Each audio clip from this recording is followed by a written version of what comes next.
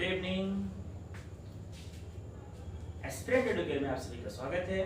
मैं अनिल सर आज आप लोगों के सामने लेकर आया हूँ हिंदी ग्रामर का यानी कि हिंदी व्याकरण का एक छोटा सा भाग जिसका नाम है वाक्य परिवर्तन। जी हाँ, वाक्य परिवर्तन में हम लोग थोड़ा सा कंफ्यूज हो जाते हैं कि वाक्य परिवर्तन हम करेंगे कैसे। सही है, पर हम अगर देखें तो वाक्य परिवर्तन इन दो शब्दों का अर्थ ही हमें सही से पता नहीं होता, जिसके लिए हमें बहुत सारी दिक्कतें होती हैं। तो हम क्या करेंगे, सबसे पहले इन दो शब्दों का अर्थ समझेंगे कि ये जो वाक्य है और ये परिवर्तन। तो परिवर्तन का अर्थ नॉर्मल है, आप जैसे कि जानते हैं, जिसको इंग्लिश में कहा जाता है चेंज, और वाक्य अर्थात क्या है आपका सेंटेंस।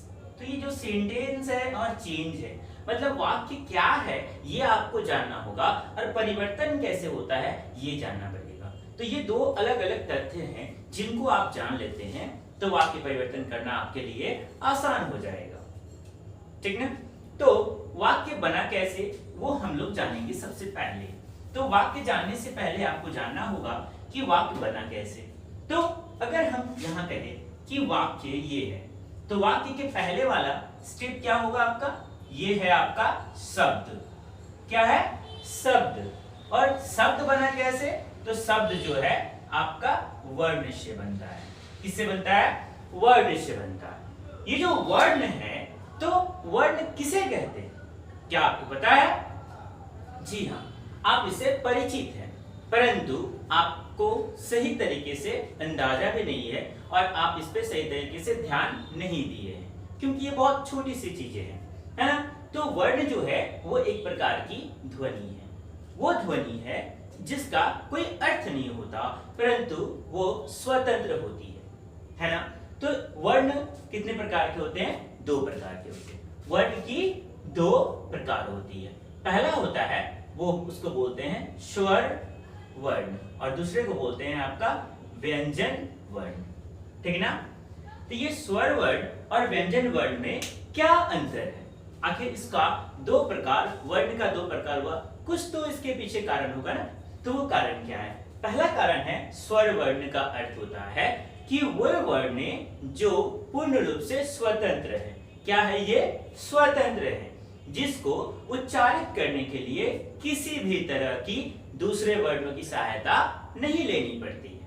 परंतु जब हम जाएंगे व्यंजन वर्ण में, तो वहां पे उन वर्णों को जब हम उच्चारण करेंगे तो उसके लिए हमें क्या करना पड़ेगा, सबसे पहले हमें स्वर वर्ण की सहायता लेनी पड़ेगी, ठीक ना। बिना स्वर वर्ण की सहायता लिए हम व्यंजन वर्ण को उच्चारित नहीं कर सकते।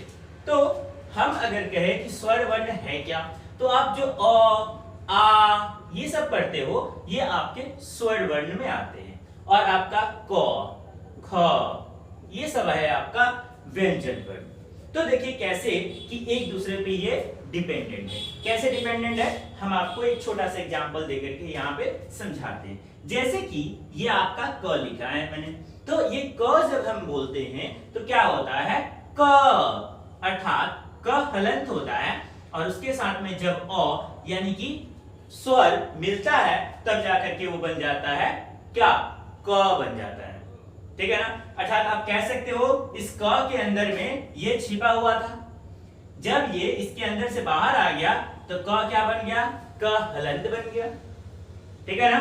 क्लियर हुआ। अब हम लोग चलेंगे कि ये जो वर्ण है कैसे एक दूसरे के साथ मिलकर के शब्द की रचना करते हैं। जी हाँ, वर्णों के माध्यम से ही और वर्णों की सहायता से ही आपके शब्दों की रचना हुई है। शब्द की रचना ऐसे नहीं होती है। शब्द की रचना करनी है आपको तो पहले आपको जानना पड़ेगा वर्ण और वर्णों का सही मेल करा करके आप शब्द का प्रयोग या शब्द का गठन कर सकते हैं। तो शब्द का गठन करेंगे तो सबसे छोटा अगर हम लेते हैं, जैसे कि मैंने कहा था अभी कि क और उसके साथ में मैंने ले लिया म, तो ये क्या है, दो अलग अलग क्या है, वर्ण है। और कौन सा वर्ण है ये आपका व्यंजन वर्ण है, ठीक ना। तो ये व्यंजन वर्ण जब आपस में मिल रहे हैं तो क्या बन जा रहा है, बन जा रहा है हमारा कम। क्या बन रहा है? कम बन रहा है ना? तो ये कम जो है, अब इसका कोई अर्थ है या नहीं है? अगर इसका अर्थ निकलता है और वो सार्थक होता है तो उसको हम लोग क्या करेंगे? प्रयोग में लाएंगे। अगर निरर्थक होता है तो वो किसी के राइमिंग में आ जाएगा तो आ जाएगा, नहीं तो उसका कोई अर्थ नहीं होता और वो प्रयोग में नहीं लाया जाता है। ठीक है ना? तो हमने देखा कि वर्ण के माध्यम से शब्द बने, तो शब्द के माध्यम से ही आपके वाक्य की गठन होगी, है ना? तो वर्ण में किसी भी तरह की कोई तकलीफ है आप लोगों को समझने में, जानने में? नहीं होनी चाहिए, क्योंकि इतनी छोटी चीजें आप लोगों को पता नहीं थी जो मैंने बता दी। ठीक है ना? अगर होती भी है तो आप लोग कमेंट में बताइएगा, मैं आप लोगों के लिए अलग से एक वीडियो जरूर बनाऊंगा। ठीक है ना? चलिए, तो अब हम लोगों ने सीख लिया कि कम अर्थात शब्द का गठन कैसे होता है। तो जब दो वर्ण आपस में मिलते हैं और मिलने के फलस्वरूप एक सार्थक अर्थात अर्थपूर्ण शब्द की रचना करते हैं, है ना? तो जब तक वो शब्द का अर्थ नहीं होता है तब तक वो क्या होगा? ये इसको हम लोग बोलेंगे सार्थक। क्या बोलेंगे? सार्थक शब्द। यही पे कम वम हो जाएगा, वम बोल दिए वम, तो ये क्या है? ये निरर्थक है। क्या है? आपका निरर्थक है। ये निरर्थक है, लेकिन ये निरर्थक होते हुए भी क्या है? राइमिंग मिलाता है ना, कम वम, आना जाना। तो आना जाना में दोनों का ही मतलब होता है। जैसे तैसे, जैसे का तो मतलब होता है, परंतु तैसे का क्या मतलब होता है? कुछ भी नहीं होता है, परंतु हम लोग क्या करते हैं? उसका प्रयोग करते हैं, है ना? तो ये हमने जाना शब्द। अब देखेंगे कि ये जो शब्द है ठीक उसी प्रकार से एक दूसरे शब्द के साथ मिलकर के क्या बना दे रहा है? हम लोगों के लिए वाक्य की रचना कर दे रही है। क्या कर दे रही है? वाक्य की रचना। तो मान लीजिए यहां पे एक शब्द लिखा मैंने, पानी प्लस कम प्लस है ना? ये तीन शब्द मैंने यहां पे लिखा। अब इसको मिला करके मेरा क्या बन जाता है? पानी कम है। पानी कम है, तो ये क्या है? एक वाक्य है। क्यों वाक्य है? क्योंकि यहाँ पे पता चल रहा है कि पानी कम है। अब इसको और ज्यादा क्लेरिफाई अगर करेंगे तो हम यहाँ पे लिख सकते हैं, ग्लास में पानी कम है। तो इससे क्या हो गया? ये ज्यादा क्लेरिफिकेशन देता है ना आपको। क्यों ज्यादा देता है? क्योंकि यहाँ पे एक दूसरा ऑब्जेक्ट भी है जहां पे पानी है ना? तो ये ग्लास के अंदर ही पानी होगा। अब यहाँ पे आप लोग एक ग्लास बना दीजिए, तो ग्लास बना देने के बाद क्या है? इसमें पानी इतना भी हो सकता है, इतना भी हो सकता है, इतना भी हो सकता है। अब कितना पानी है उससे मतलब नहीं है, बट यहाँ पे हमने ये कम शब्द का प्रयोग किया। तो कम शब्द का प्रयोग करने का अर्थ हो गया कि पानी क्या है? कम है। अब पूरा ग्लास से थोड़ा सा भी कम है तो वो कम ही कहा जाएगा। ठीक है ना? तो यहाँ पे ये कंप्लीट हो गया। तो हम लोगों ने सीखा कि वर्ण कैसे बनते हैं। तो स्वतंत्र क्या वर्णों से, अलग अलग वर्णों के मेल से ही आपकी शब्द की रचना होती है और शब्दों के मेल से वाक्य की रचना होती है। और जब एक वाक्य दूसरे वाक्य के साथ, दूसरा वाक्य के साथ और एक वाक्य ऐसे करके कि हम क्या बनाते हैं? पैराग्राफ बना लेते हैं, गद्यांश बना लेते हैं, कहानियां बना लेते हैं, ये सारी चीजें और लेख में परिणत कर लेते हैं, है ना? तो इतने सारे चीजें हम लोगों ने एक छोटे से चीज से सीख लिया। तो अब हम चलेंगे कि ये चीज है क्या। रियल में हमको जानना क्या है? वाक्य परिवर्तन जानना है। तो अभी हमने सीखा कि किस प्रकार से वाक्य बनता है, तब हम जानेंगे। क्योंकि देखिए, जब तक हम लोग जानेंगे नहीं कि वाक्य बनता कैसे है, वाक्य होता क्या है, तब तक हम परिवर्तन नहीं कर पाएंगे। तो सबसे पहले हमें जानना ये जरूरी था। तब हम बात करेंगे कि वाक्य किसे कहते हैं। जी, वाक्य हम उसे कहेंगे जिनमें बहुत सारे शब्द या एक से अधिक शब्द मिल करके एक अर्थपूर्ण निकालता है, उसको हम लोग बोलेंगे वाक्य, है ना?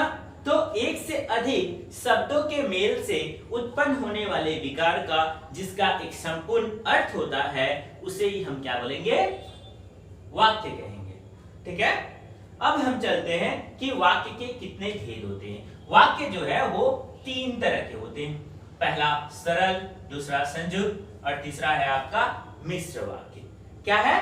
सरल वाक्य, संयुक्त वाक्य और आपका मिश्र वाक्य। तो ये नाम से ही आपको कहीं ना कहीं पता चल रहा होगा कि ये बहुत इजी है जी, ये और भी इजी है। सरल का अर्थ क्या है? सिंपल, अर्थात एकदम नॉर्मल है, जिसके अंदर सिर्फ एक उद्देश्य होगा और एक विधेय होगा। परंतु यहाँ पे समस्या ये हो जा रही है कि विधेय और उद्देश्य से तो हम परिचित ही नहीं है कि उद्देश्य हम किसे बोलेंगे और विधेय किसे कहेंगे, है ना? तो हम जान लेते हैं, घबराने की जरूरत नहीं है, मैं हूं यहाँ पे। तो हम जानते हैं कि उद्देश्य क्या है। उद्देश्य अर्थात जिसके बारे में कहा जाता है। जैसे कि मैंने यहाँ पे लिखा था कि अनिल खेल रहा है। क्या कहा था मैंने? अनिल खेल रहा है। तो अनिल खेल रहा है, ये जो सेंटेंस है, इस सेंटेंस में कौन खेल रहा है? अनिल खेल रहा है। कौन? अनिल। ठीक है ना? तो अनिल जो है, ये है आपका उद्देश्य। क्या है? उद्देश्य। और बच क्या गया आपका? खेल रहा है, ये हो गया आपका विधेय। क्या हो गया? विधेय। ठीक है ना? तो विधेय अर्थात जो कुछ भी उद्देश्य के बारे में कहा जाएगा या जो कुछ भी हो रहा है उद्देश्य के द्वारा, उसे ही हम विधेय कहते हैं। तो यहाँ पे ध्यान देंगे कि उद्देश्य के बारे में जो कुछ कहा जाए वही हमारा विधेय कहलाता है ना? तो उद्देश्य और विधेय से हम लोग परिचित हो गए हैं। उद्देश्य क्या है? एकदम नॉर्मल भाषा में हम लोग याद रखेंगे कि उद्देश्य क्या है? जिसके बारे में कुछ भी कहा जाए, अर्थात सेंटेंस में उसको हम लोग क्या बोलते हैं? इंग्लिश में बोलते हैं उसको सब्जेक्ट। क्या बोलते हैं? सब्जेक्ट। ये आप लोगों ने पढ़ा भी होगा। और इसको बोलते हैं प्रीडिकेट। ठीक है ना? तो ये सब्जेक्ट जो है, आप लोग जानते ही हैं कि उस सेंटेंस में जो कुछ भी काम करने वाला है, अर्थात वर्ब, जो कुछ भी वर्ब जो कंप्लीट हो रहा है, किसके द्वारा हो रहा है? कोई ना कोई वहां पे मेन या वुमेन होगा या कोई भी लिविंग बॉडी होगी। तो वो लिविंग बॉडी ही तो हमारा उद्देश्य है ना? इसको हम लोग हिंदी में उद्देश्य बोलते हैं और प्रीडिकेट को हम लोग विधेय बोलते हैं। क्लियर हो गया होगा? ठीक है। तो ये हो गया हमारा विधेय और उद्देश्य। तो अब समझ में आ गया होगा कि सरल वाक्य क्या है। तो यहाँ पे बोला है कि एक उद्देश्य होगा और एक विधेय होगा। तो ये जो सेंटेंस है, आप इसको सरल वाक्य में गिन सकते हैं, सरल वाक्य में इसको ले सकते हैं। ठीक है ना? चलिए अब हम लोग देखते हैं क्या संयुक्त वाक्य।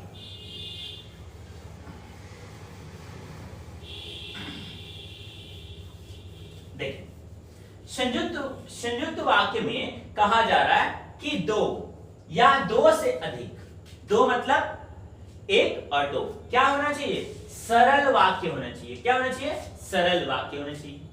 आप ध्यान देंगे, एक यहां पे मैंने उदाहरण दिया है कि नेताजी के नगर में आने पर उत्सव मनाया गया। राइट? यहां पे क्या है? दो बोले है ना मैंने कि दो या दो से अधिक सरल वाक्य हो तथा आपस में किसी विराम चिन्ह या अव्यय से जुड़े हो। आप लोगों को यह भी नहीं पता है ना कि अव्यय क्या होता है? सर तो एक नया शब्द लेके चले आ रहे हैं जी। अव्यय जो है हम लोग उससे परिचित भी है, हम लोग यूज भी करते हैं, लेकिन हम ये नहीं जानते कि उसी का नाम क्या है? अव्यय है। तो वो कौन कौन से शब्द है? और, लेकिन, अगर, इसलिए, ये सारे क्या है? आपके अव्यय शब्द है। ठीक है ना? उसके बाद हम लोग देखते हैं कि दो या दो से अधिक। तो यहाँ पे दो कैसे आ रहा है? तो यहाँ पे दो आ रहा है। पहला आ रहा है कि नेताजी के नगर में आने, अर्थात नेताजी नगर में आ रहे हैं, ये एक अर्थ हो गया। पर है ना? आने पर क्या हो रहा है? उत्सव मनाया गया। तो ये उत्सव मनाया गया को अगर हम सिर्फ आपसे कहें कि उत्सव मनाया गया, तो क्या इसका अर्थ नहीं होगा? होगा। इसका भी अर्थ होगा कि उत्सव मनाया गया भाई। और ऊपर वाले अर्थ में बोलेंगे नेताजी के नगर में आने पर क्या हुआ? नगर में आने पर क्या हुआ? तो ये सस्पेंस हो गया ना आपका, लेकिन सेंटेंस तो हुआ, है ना? तो यहां पे हम लोग देखेंगे ये सरल वाक्य में है। ठीक है? अब संयुक्त वाक्य इसको बनाना है, तो संयुक्त वाक्य इसी में से अब इसको कन्वर्ट कर रहे हैं। कैसे कर रहे हैं, यहाँ पे कहा था मैंने आने पर, तो आने पर हो गया, और ये जो पर था ये हटा दीजिए, यहाँ पे लिख दीजिए इसलिए। क्या हो गया, इसलिए। और जो आने पर था उसको आप लोग कर दीजिए आए, नेताजी आए। नेताजी नगर में आए एक अलग शब्द बन गया, इसीलिए उत्सव मनाया गया। अब नेताजी नहीं आते तो क्या उत्सव नहीं मनाते, हम लोग मनाते, लेकिन नेताजी आए तो यहाँ पे क्या हो गया, नेताजी को ज्यादा महत्व दिया गया है, इसीलिए यहाँ पे क्या बोला गया, नेताजी के नगर में आए, अर्थात नेताजी नगर में आए। ठीक है ना, हाँ ये भी नहीं रहेगा, नेताजी नगर में आए होगा सिर्फ। ठीक है, अब क्या होगा, इसीलिए उत्सव मनाया गया। तो ये अब बन गया आपका संयुक्त वाक्य। क्या बन गया आपका, संयुक्त वाक्य बन गया। तो आप लोग यहाँ पे देखेंगे ध्यान से कि नेताजी नगर में आए इसीलिए उत्सव मनाया गया, है ना, क्लियर है। अब हम लोग देखेंगे मिश्र वाक्य। मिश्र वाक्य देखें, मिश्र वाक्य में भी आप लोग जानते हैं जिसमें मिला हुआ हो। अब मिला हुआ है मतलब क्या होगा, अब ऑब्वियसली वहां पे कोई एक चीज होगा तो मिल नहीं सकता है, वहां पे एक से अधिक होगा। तो यहाँ पे क्या है कि वाक्य में एक प्रधान उपवाक्य होता है और तथा शेष जो है आश्रित होता है। यहाँ पे फिर एक नया शब्द आ गया, दो, एक आ गया प्रधान और दूसरा आ गया आश्रित। तो प्रधान क्या होता है, प्रधान का मतलब क्या होता है, प्रिंसिपल, ठीक है ना। और आपका आश्रित का मतलब क्या हो गया, आश्रित माने डिपेंडेंट, ठीक है ना। तो ये क्या आश्रित है, डिपेंड है, उसके ऊपर वो आश्रित है, वो अगर नहीं रहता है तो इसका कोई अर्थ नहीं होता है ना। तो यहाँ पे ध्यान देंगे, जब नेताजी नगर में आए, अर्थात जब तक नेताजी नगर में नहीं आए तब तक उत्सव नहीं मनाया गया। तो क्या बोल रहे हैं यहाँ पे, जब नेताजी नगर में आए तब उत्सव मनाया गया। तो नेताजी नगर में आए और उत्सव मनाया गया, है ना, ये बात वहां पे यहाँ पे। तो नगर में नहीं आते तो उत्सव नहीं मनाया जाता। तो सबसे मेन इंपॉर्टेंट क्या हो गया यहाँ पे, नगर में आना, है ना। और उसके ऊपर डिपेंड क्या था, उत्सव मनाना। उसके ऊपर क्या डिपेंड था, उत्सव मनाना। जब तक नेताजी अगर आएंगे नहीं तो उत्सव मनाया नहीं जाएगा, इसका अर्थ ही निकल रहा। ठीक है, तो यहाँ पे हम लोग तीन चीज पढ़े कि सरल वाक्य क्या है, संयुक्त वाक्य क्या है और आपका मिश्र वाक्य क्या है। तो लगभग आप लोग इतने परिचित हो गए होंगे कि सरल वाक्य क्या है, संयुक्त वाक्य क्या है और मिश्रित वाक्य क्या है। इससे आप लोग जानकारी मिल गई होगी। अब हम लोग चलेंगे कि इसको हम बदलेंगे कैसे। तो वो हम लोग नेक्स्ट वीडियो में सीखेंगे कि किस तरह से हमें इसको परिवर्तित करना है। हमने अभी जाना वाक्य क्या है, वाक्य की रचना कैसे हुई है ना, शब्द से हुई है। तो शब्द की रचना कैसे हुई है, तो वर्ण से हुई है। वर्ण कैसे बना है, तो वर्ण दो प्रकार के हैं। वर्ण क्या है, स्वतंत्र है और वो एक प्रकार की ध्वनि है जिसके अंदर किसी भी तरह की अर्थ नहीं होती है ना। तो यहाँ पे मैंने लिखा है, ये ध्यान से आप देख लेंगे कि वर्ण जो है दो प्रकार की है, स्वर और व्यंजन। शब्द जो है दो है, सार्थक और निरर्थक। वाक्य जो है आपके तीन है, सरल, संयुक्त और मिश्र। ठीक है ना।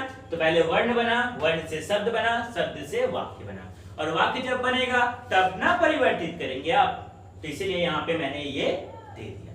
ठीक है ना, सरल वाक्य, संयुक्त वाक्य, मिश्र वाक्य। इन तीनों के यहाँ उदाहरण भी मैंने दिए हैं जो कि एक ही के हैं। नेताजी के नगर में आने पर उत्सव मनाया गया, ये सरल वाक्य है, एक सेंटेंस है। उसी का मैंने यहाँ पे संयुक्त किया है कि नेताजी नगर में आए इसीलिए उत्सव मनाया गया, है ना।